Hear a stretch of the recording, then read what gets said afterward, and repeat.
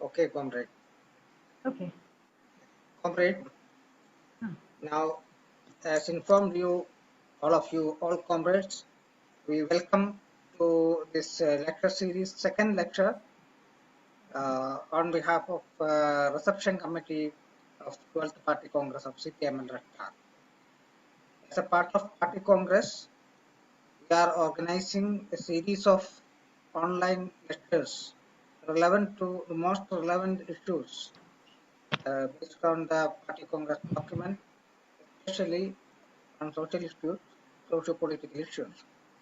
So in this 1 month long online lectures, various political and social and intellectuals and other leaders are delivering lectures on various issues. Today, the second lecture is delivering by Comrade Nandini Dhar.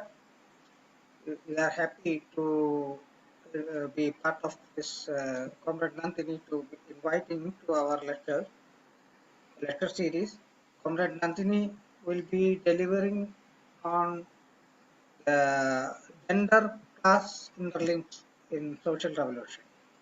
She is a Marxist feminist and renowned poet, social activist, independent media activist, and warrior, in forefront warrior for the gender equality struggles. So we welcome Comrade Nandini for this online lecture. Please start, Comrade. Thanks, Kabir. Uh, I would actually begin a little bit with what we understand by the term gender. And I think that one of the ways in which we popularly understand gender within the communist movement and within the left movements as such, that gender is about women, right? So the moment we actually talk about even the kind of the title, the gender class interlink in social revolution, we are automatically geared towards thinking about the question of women, women's inequality. And I think the way we have historically termed the issue within the kind of the communist movement is the woman question.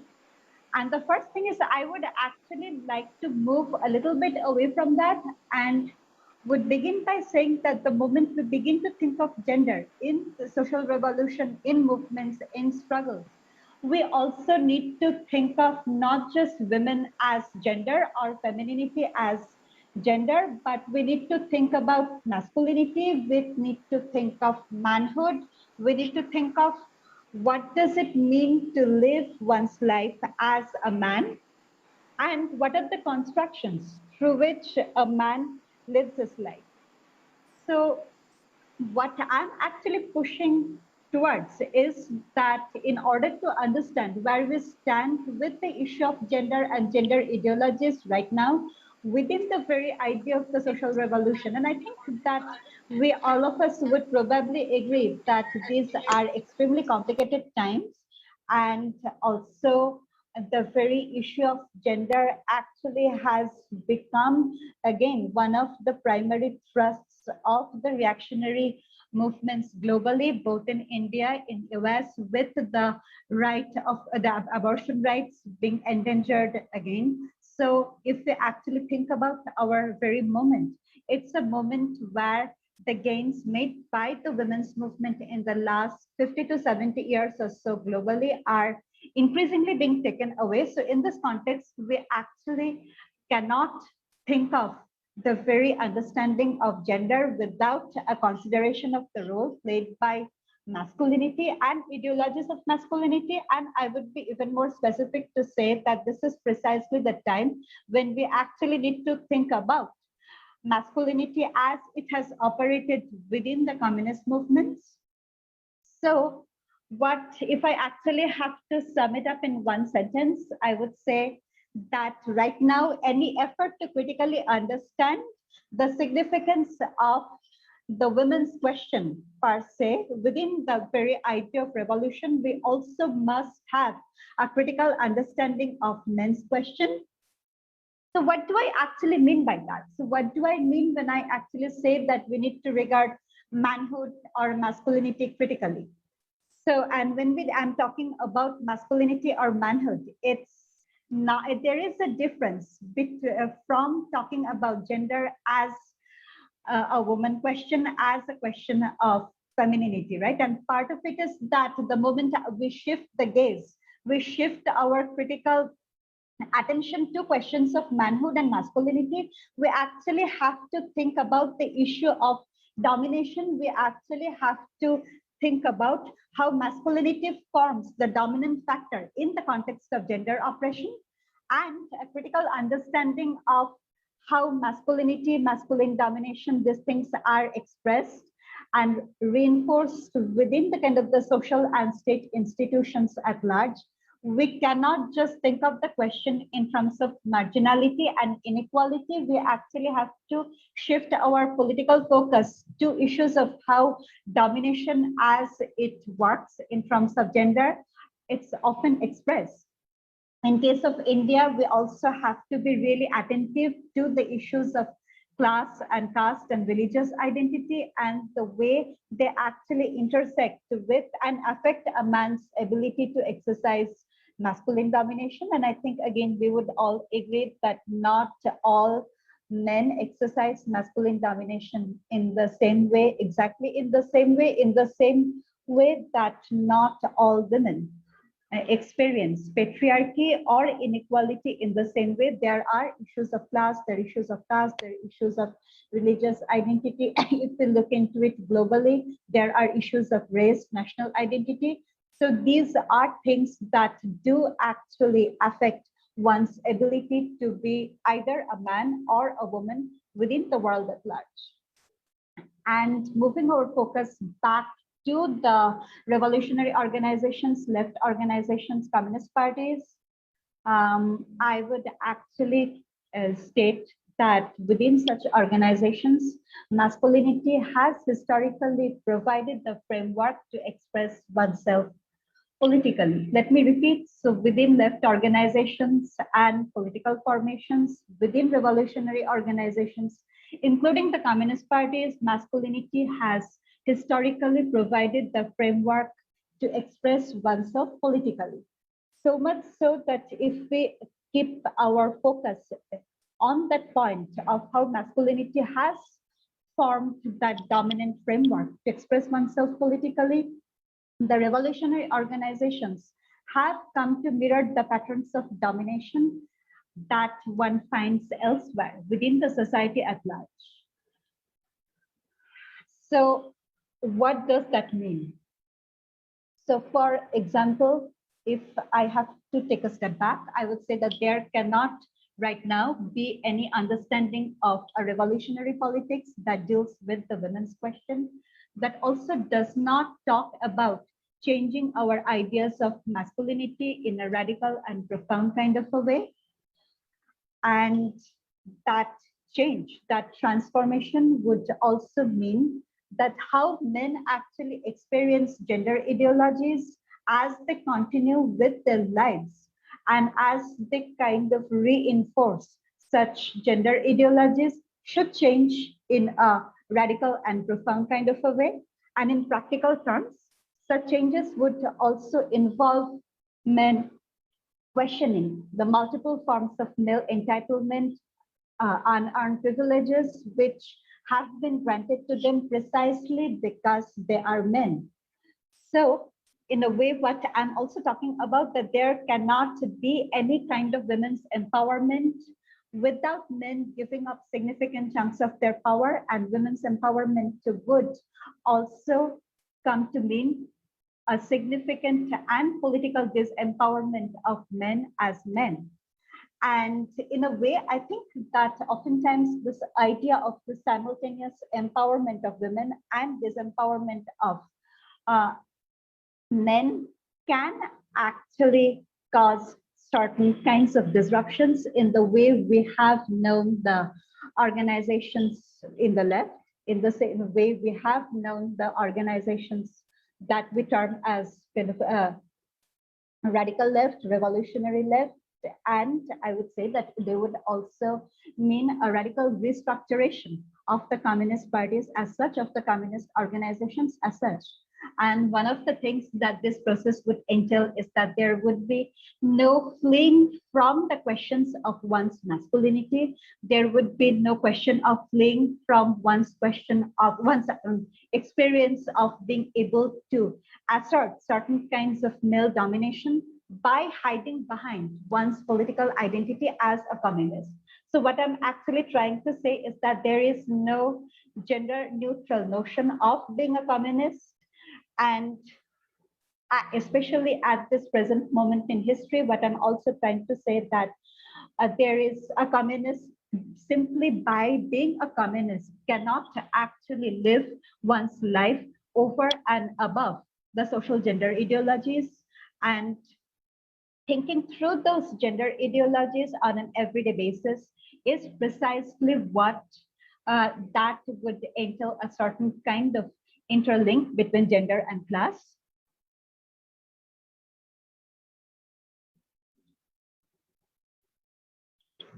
And if I now shift my focus a little bit to the question of women's movement, because I think that if you think about it historically, women's movement and feminism are the kinds of spaces where questions of gender and gender ideologies have been brought in a way that matters, in a way that we are forced to pay attention.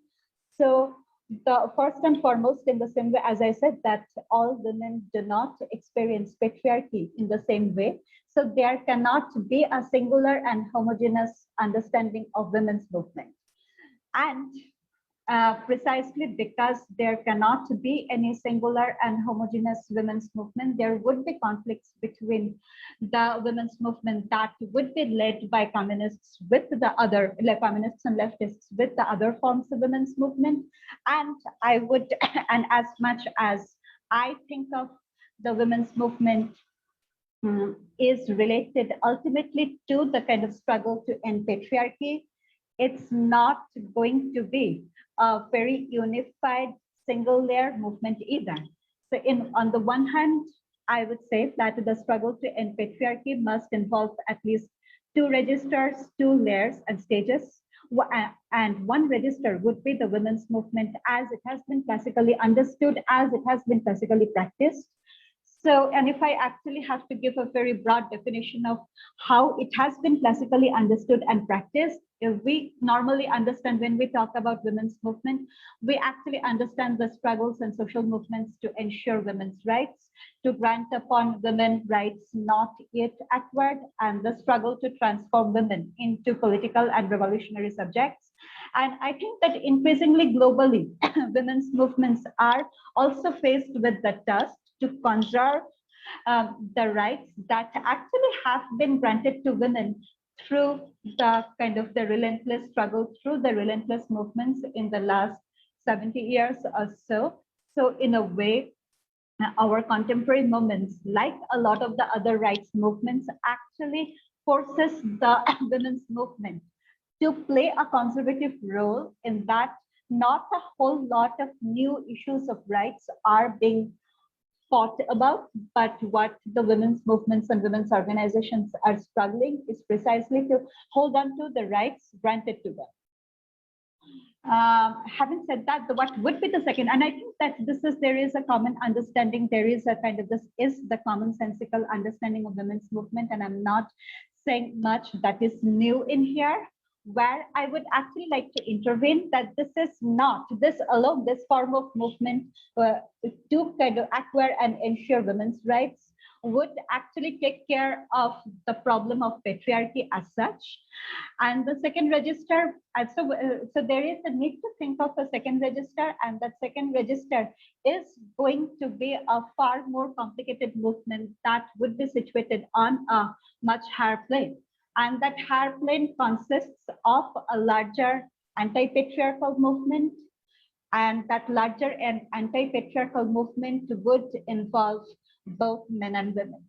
So let me repeat, that higher plane, or the advanced stage, or the more advanced stage of that anti-patriarchal movement would involve both men and women, and without that kind of second plane of the anti-patriarchal struggle, which involves both men and women, the first plane, that is the women's movement, is bound to be incomplete, and it's even going to be, and I would go so far as to say that it's going to be even extremely unwieldy in generating results that would aid any kind of revolutionary change.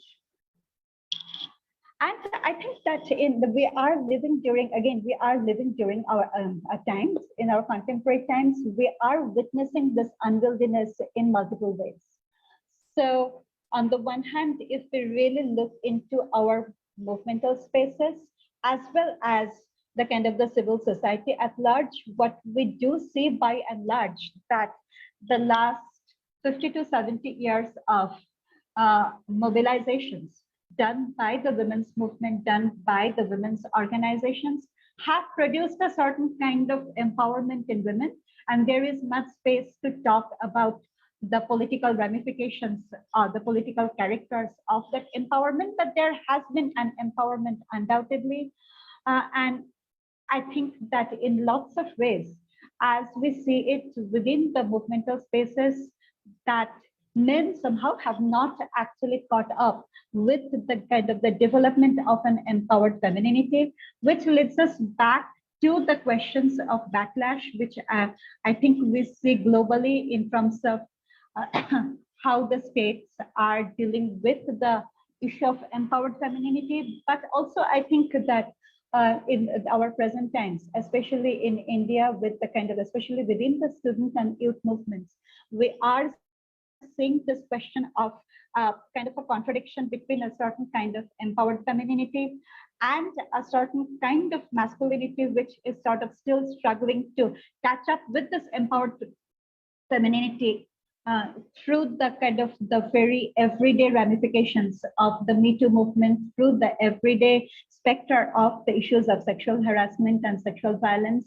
as it has continued to invade the kind of the spaces of the social movements. And I'm not going into a lot of details into this at this point, but would love to kind of talk about it during the question and answer if you have any questions.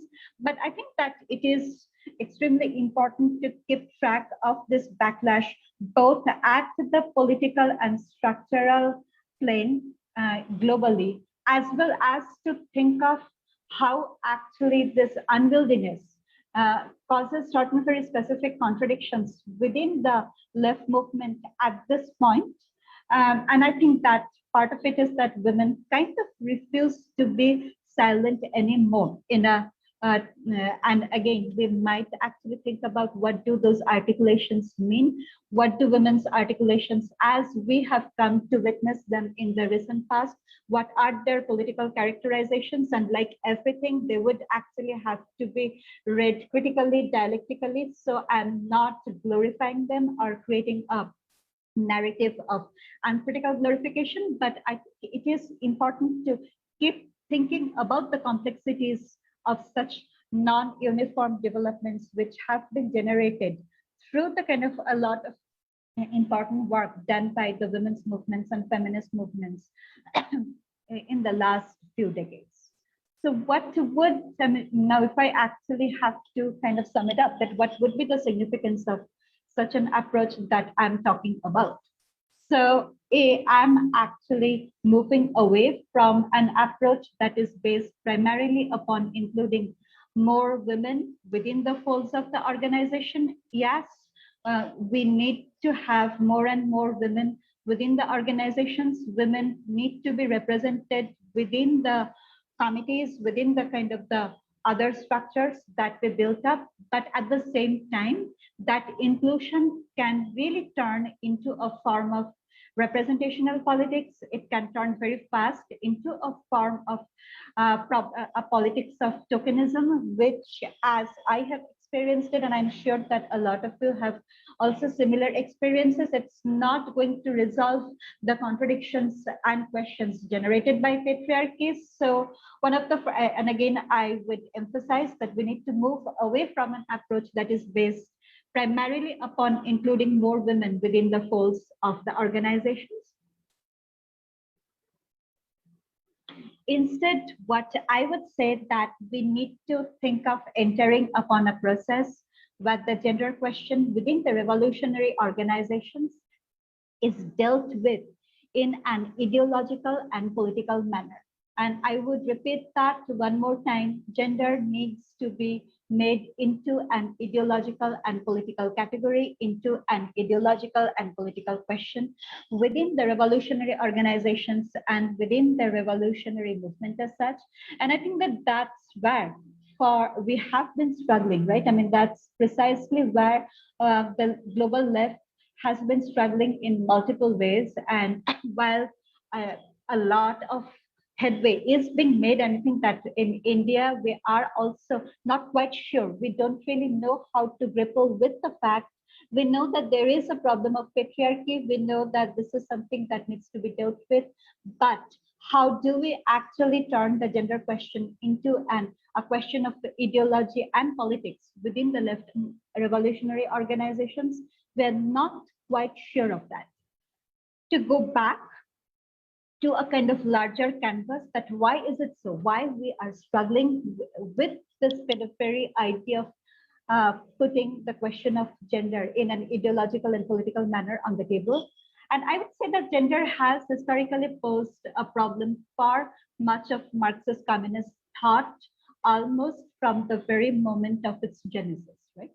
And somehow this is precisely the problem that we have not quite been able to get a grip of, even after more than 150 years have passed after Marx wrote his texts. And it's not just a theoretical problem, although even that would be a moment of crisis. It is a problem which is both theoretical and at the same time it's reflected within the organizational structures, within the organizational politics of the communist parties, within its practical, the way it practically has conducted the movements, within the ways in which it has practically conducted its politics within, I mean, if I can say, within the kind of the communist everyday as such. And to go back to Marx for a moment, I would point out a couple of observations. One is that we often talk about Marx's kind of analysis centering on class. And I would say that there is a problem in thinking about Marx's work as a body of thought that deals primarily with class. As I said, class is a symptom that appears in Marx as he is trying to deal with capital, as an abstract entity. So class really becomes a very material embodiment of a lot of the abstractions, of a lot of the abstract operations of capital that he's trying to think through. So if we actually begin to expand and extend on Marx's work, I don't think we automatically go to that stage or go to that assertion that Marxism is about class, although that is how it has been translated for us for generations. So what I would rather say that Marx's own work was focused primarily on the issue of class as a material embodiment of the abstraction of capital that he was dealing with. And in order to do so, he centers on a specific kind of worker. And that specific kind of worker happens to be a male worker, predominantly white, working in a factory. And let me repeat that one more time. So Marx's analysis centered on a specific kind of worker, and that worker happens to be a male worker, predominantly white, working in a factory. So if you actually look into what I'm saying, along with the intersections of masculinity and the questions of class, I'm actually bringing in another category, which is race, right? So the whiteness. And I don't think that one can also think of specifically Marxist work without thinking of also the issue of whiteness, without the issue of race, which again in lots of ways in the Indian context, we would actually think of caste.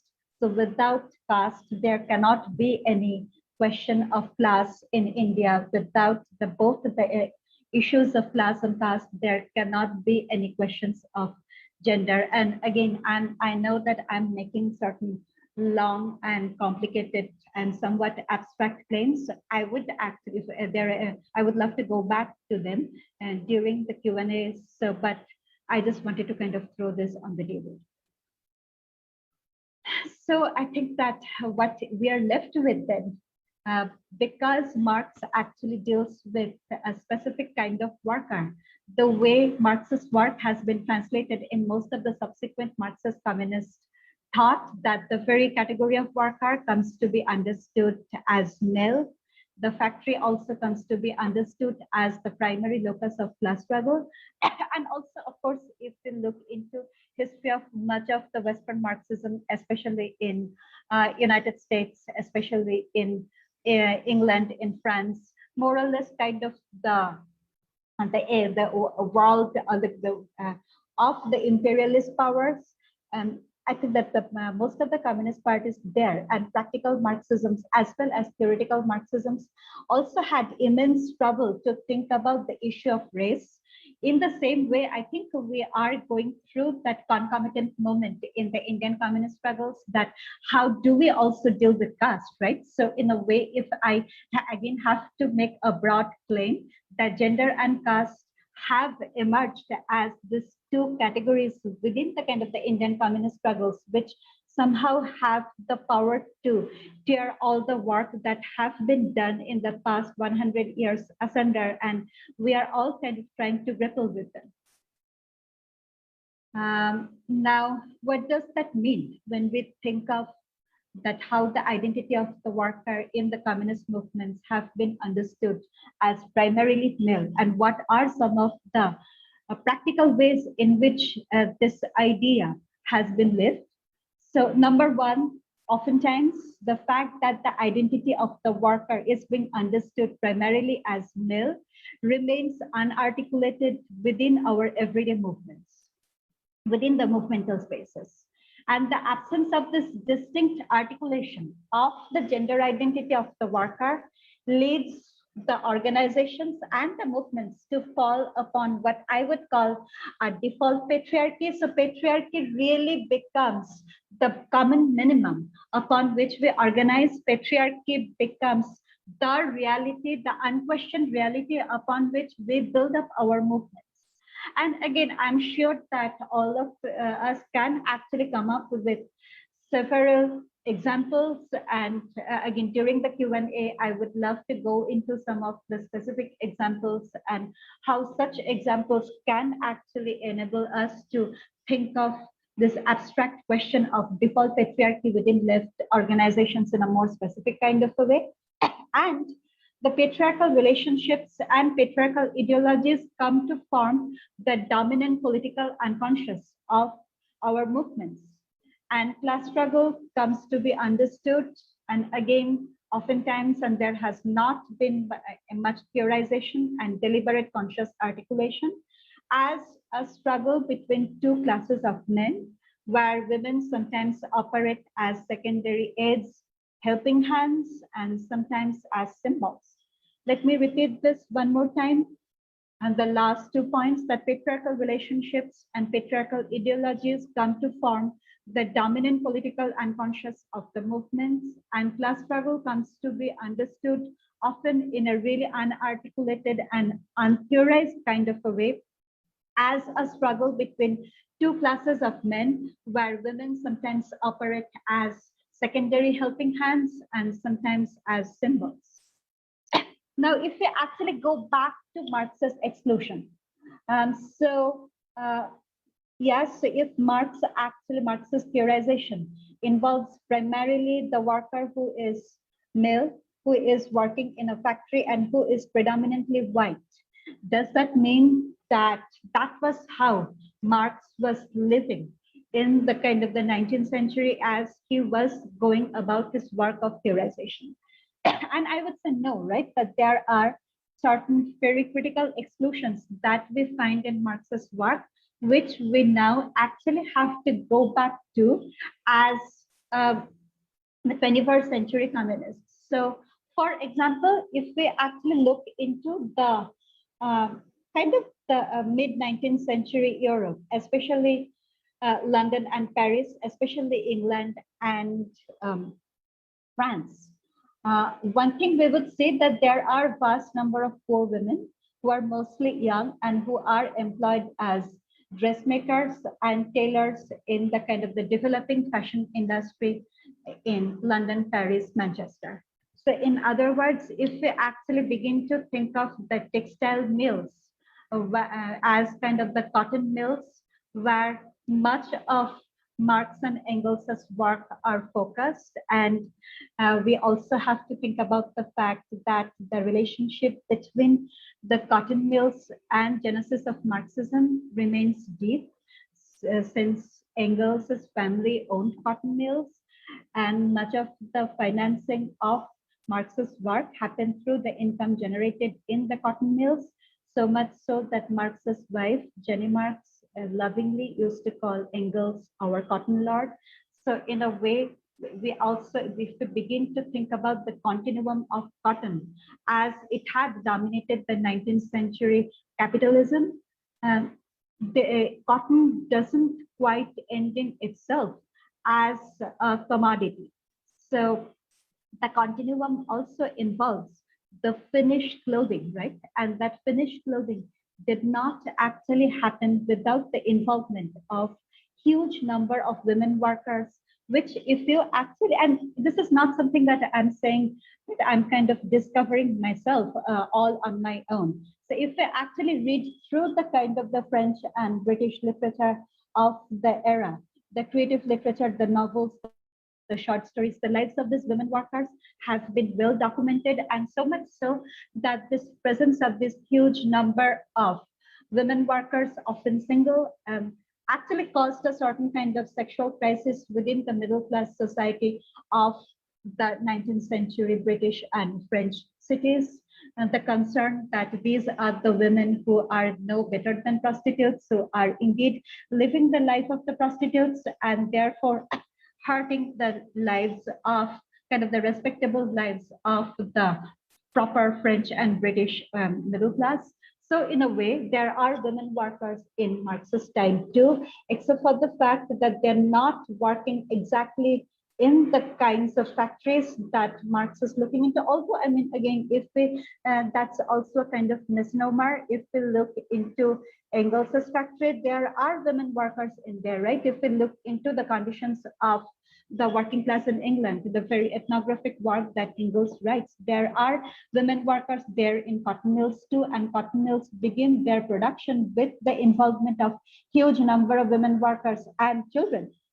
And so much so that I mean, Engels' love relationships are with the kind of the women employed in his factory, right? So I mean, both of Engels' kind of lovers, they were basically factory hands, as the word used to be, in the factories that he was owning or his family was owning at the time. So anyway, so in other words, what I'm trying to say that there are women workers who are present in the geography, in the kind of the economic geography, in the geography of production that Marx is describing, except for the fact that they do not make an entry into Marx's work as women. And neither do they actually make an entry into Marx's work as women workers who might have specific problems that can confront only women workers. Second of the exclusion in Marx's work is the plantation industrial complex in the Americas, in the Caribbean, in United States, the southern part of United States, and the vast amounts of black slave labor, which would provide the raw material to the factories which formed the primary center of Marxist analysis. And once slavery would be abolished in 1833 in the Caribbean world, we would actually have indentured labor from our subcontinent, right? Mostly from Bihar, to actually fill in the empty spaces of the plantations. So in other way, if we again look into the global geography of economic production that Marx is talking about, the global geography of capitalism that Marx is talking about, both gender and race are very much there. Gender and race cannot be separated from the questions of class and capital to go back to my earlier observation that Marxism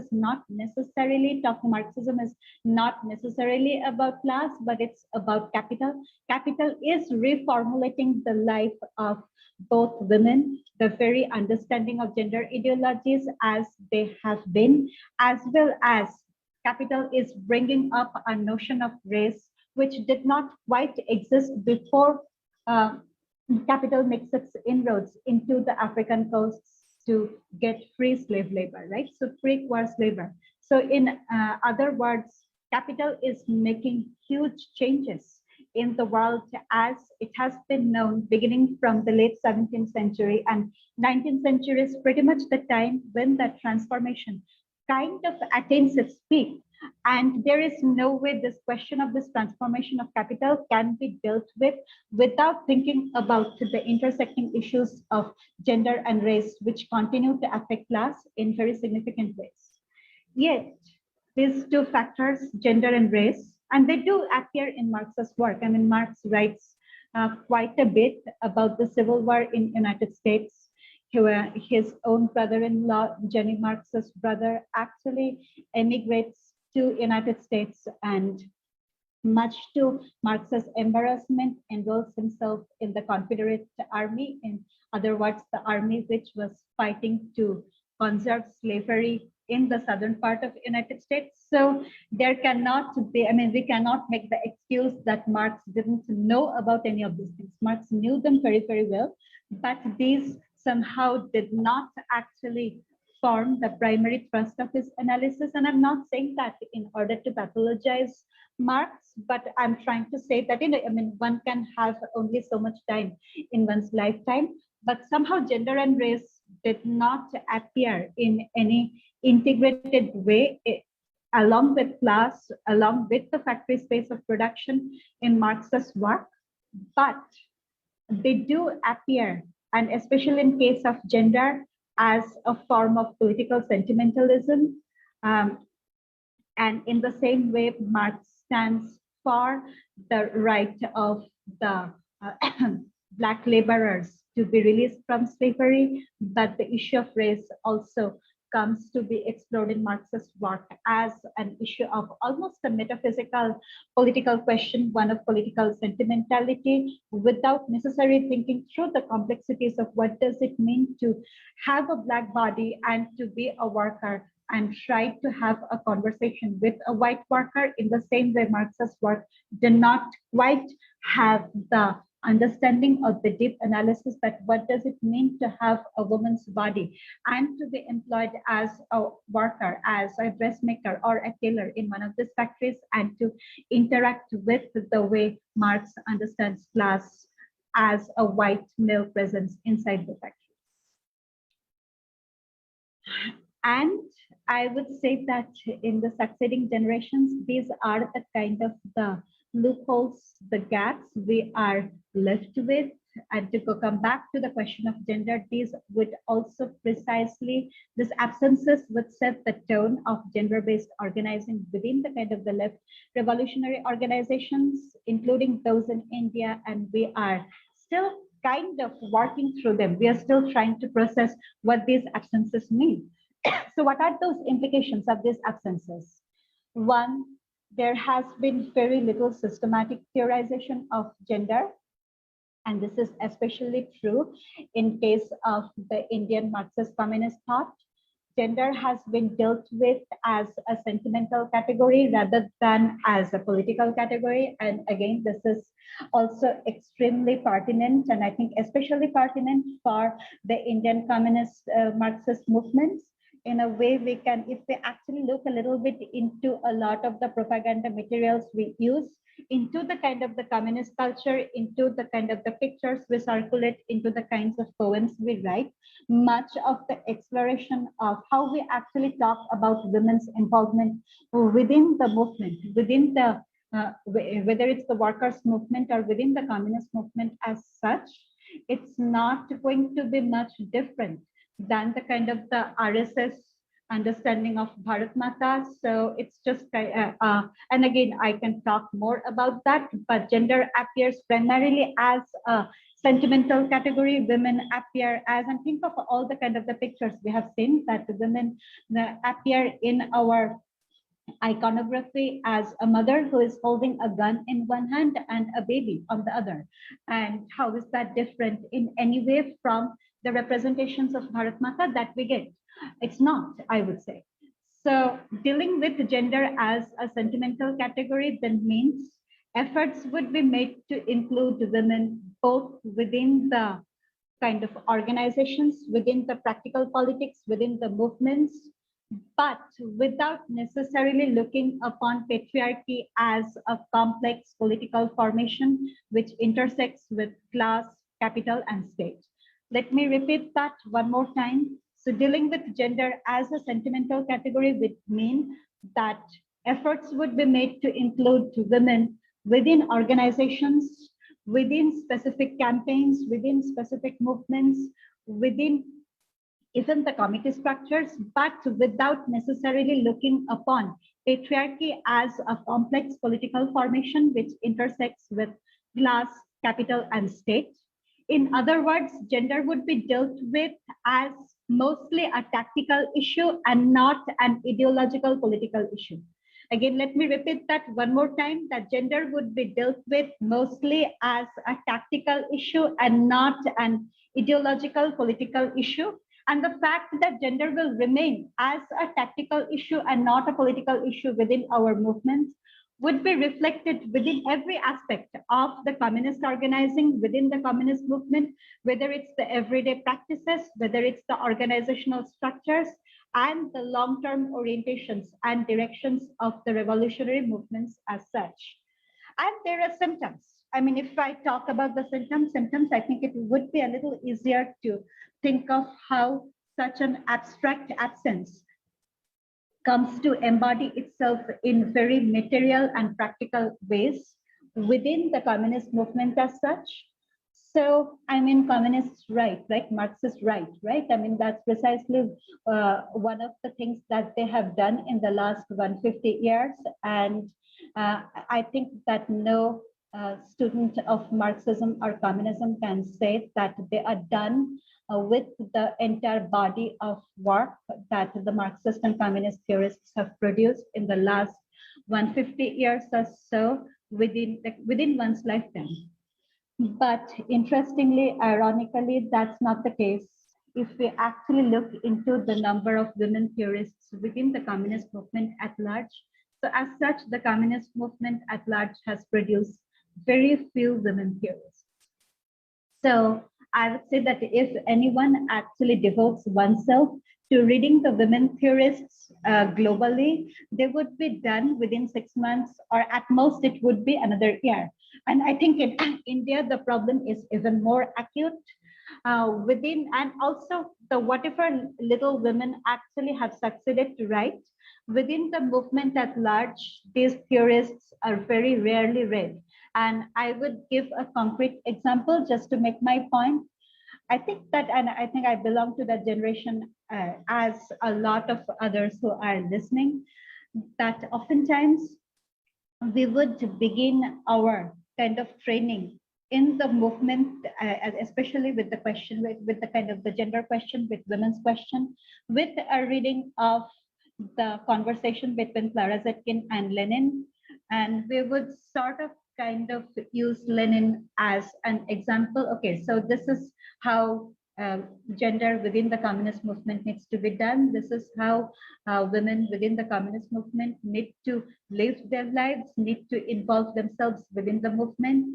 And in most cases, we would not actually even look into Clara Zetkin, that here is this other woman here is this woman who is actually in here, who is talking to Lenin, who is actually coming up with her own opinions of the movement, who actually has an immense contribution to the kind of the international communist movement at large.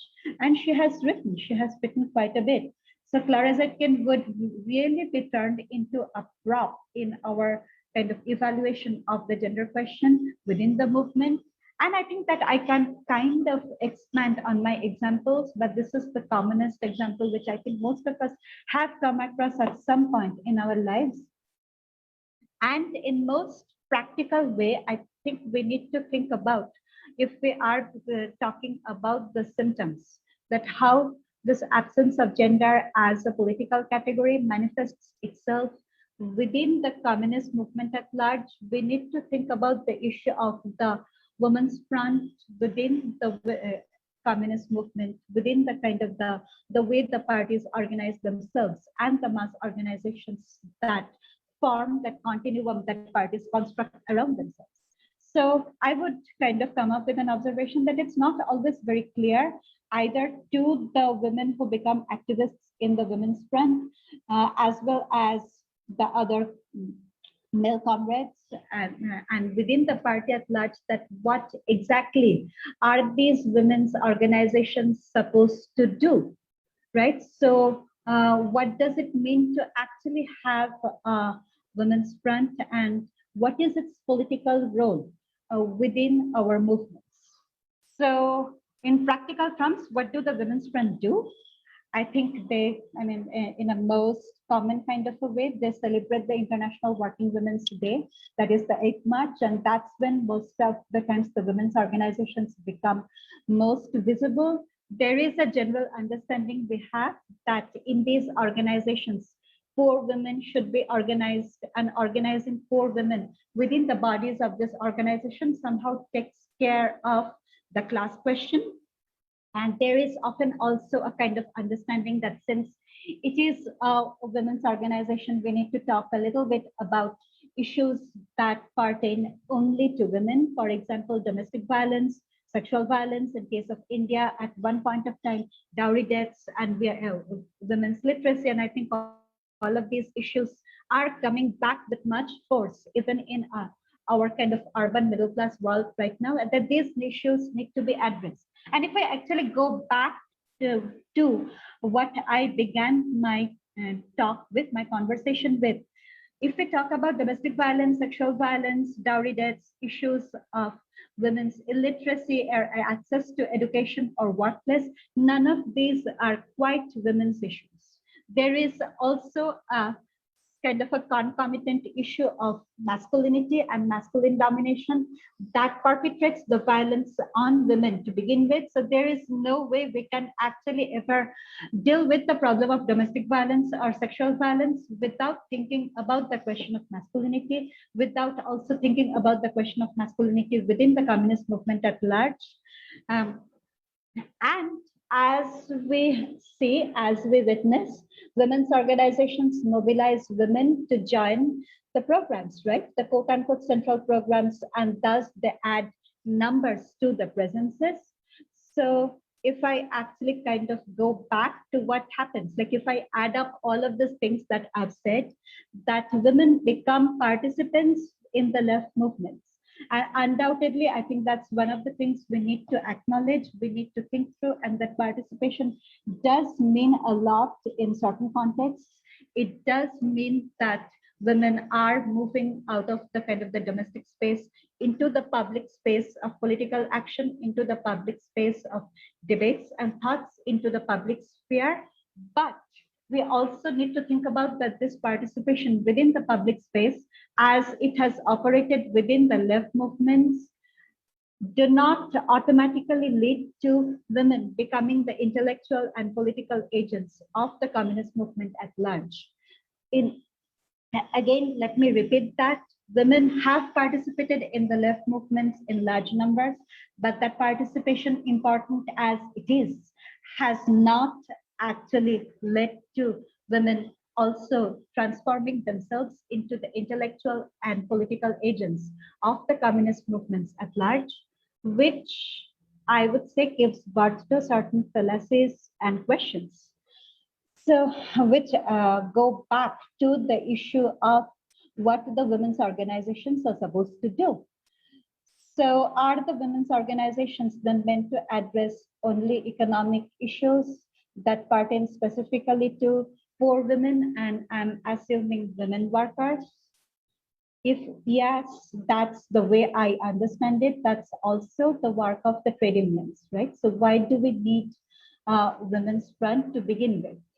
And again, if we actually read a little bit of Clara Zetkin, And I think that women communist theorists have been quite articulate and eloquent about the historical ways in which sexism, patriarchy, and male domination have worked within the trade union movements. And I think even in India, in the last 10 years or so, we have experienced multiple movements, multiple trade union movements, but the issue of gender and patriarchal domination, male supremacy within the trade unions have come onto the surface.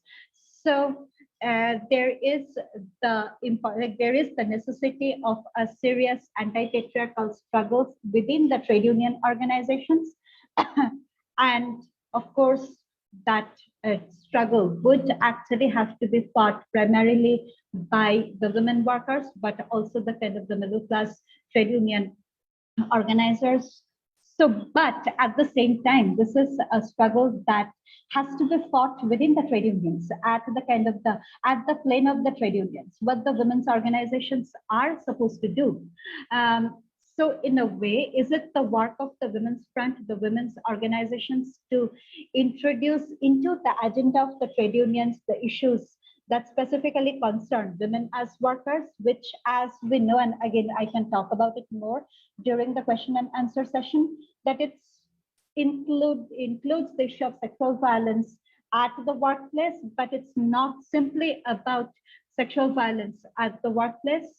So is it then the work of the women's front to fight that battle within the trade unions?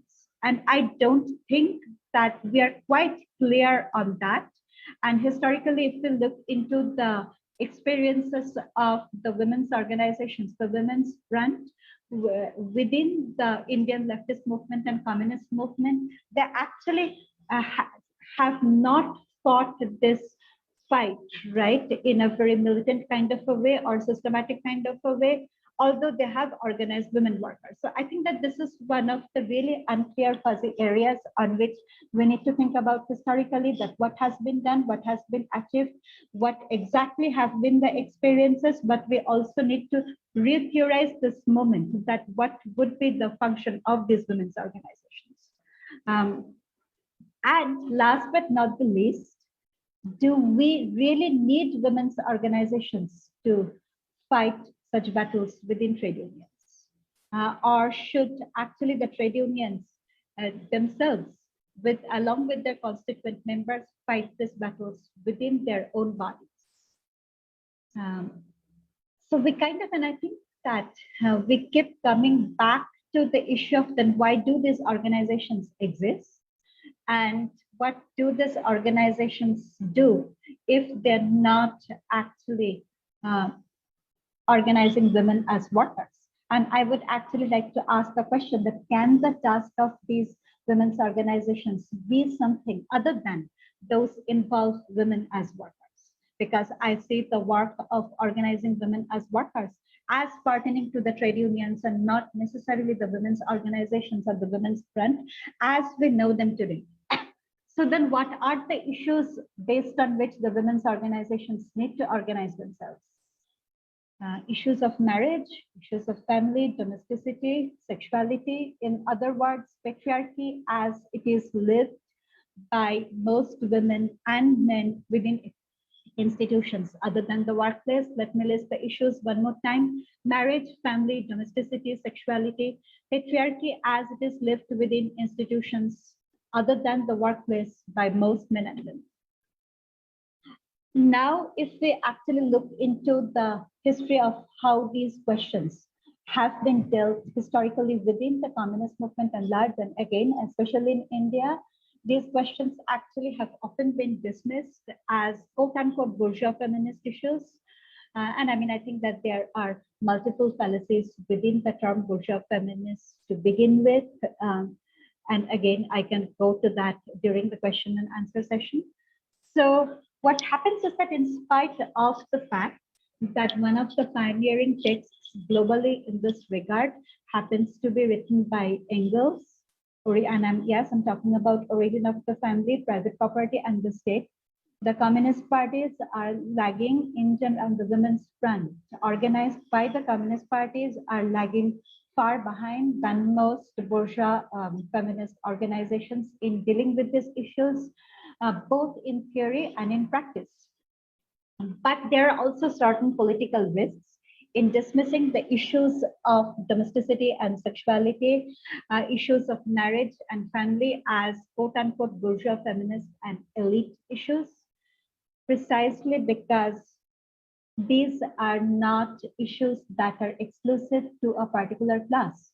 Domesticity and sexuality are experienced by working class women. These are issues that are experienced by working class men, although how they live and experience these issues might be different from other classes, from the middle classes, from the peasantry.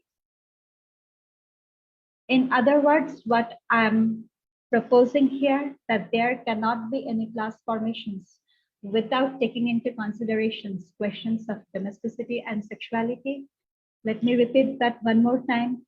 There cannot be any class formations without questions of domesticity and sexuality. And historically there has not been.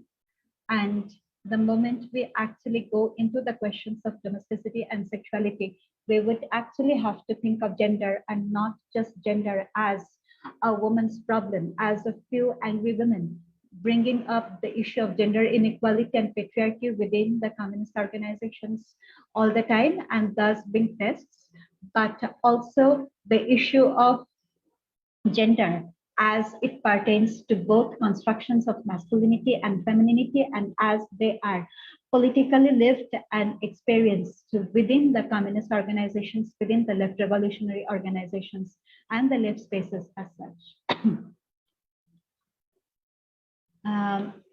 And I think in the way this would actually pose a problem in the way we have historically understood the very issue of class struggle within the communist movement. So if the class struggle is about empowering the male worker in certain spaces, and there is no way anyone can take away that issue. There is, I mean, it is a significant issue of our times. It will remain so in multiple and complicated ways in the communist movements to come.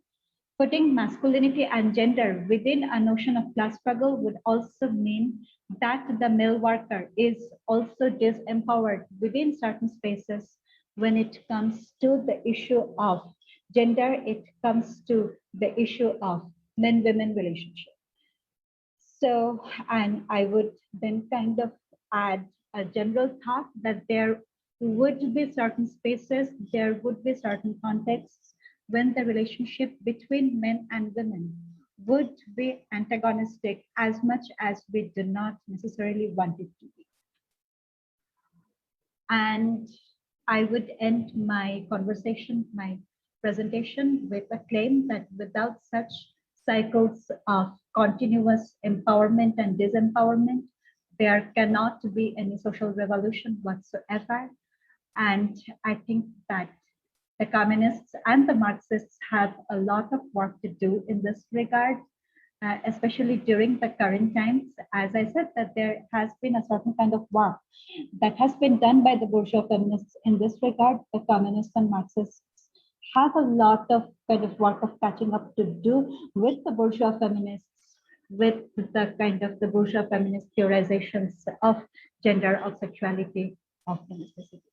And thanks everyone for listening to me. I would love to listen to all of your experiences, questions, comments.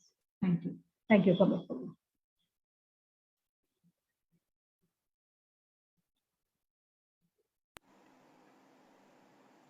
Okay, thank you, comrade. We thank you for your lecture delivered today. We shall continue the discussion based on the questions from our audience, and we'll be continuing our online discussion in future. And this presentation, we request this lecture will be published to be published in our special issue of 12th Party Congress of Redstar. So we request you to have a written document, and we shall continue our serious discussion. We thank you for your serious input for the on the subject, and that will be discussed deeply and widely among the Marxist and communist parties and the Marxist intellectuals on this perspective. Thank you.